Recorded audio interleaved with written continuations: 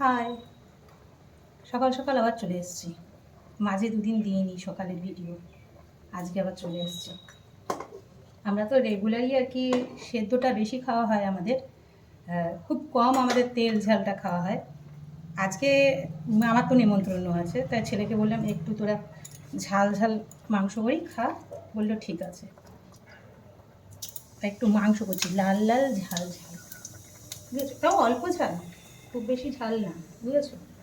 দাদা তোমাদেরকে দেখাচ্ছি, আমি পেঁয়াজটা দিয়ে দিই, আমি একা আছে পারবো না।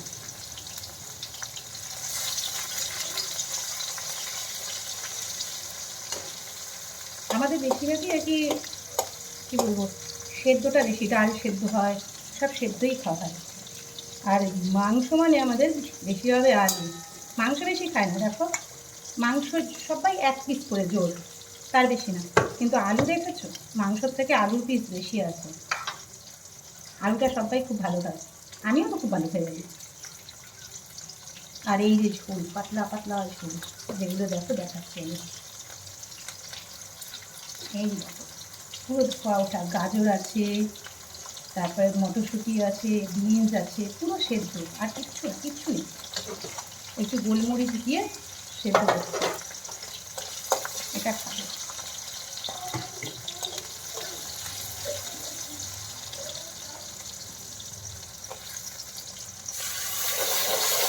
রান্নার ঝামেলাটা খুব কমই আছে আমাদের, হাতই লাগিয়ে দিলাম, কারণ হাত ছাড়া কোনো কাজ সেরকমভাবে করা যায় না। তাড়াহুড়োর মধ্যে না সকালবেলা আমার খুব অসুবিধেই হয়ে যায়।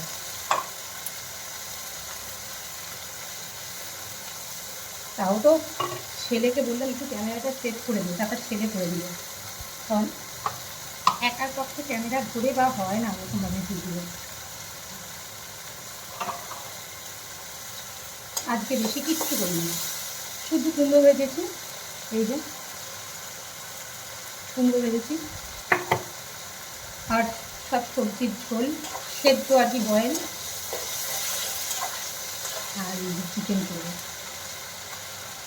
বুঝেছো?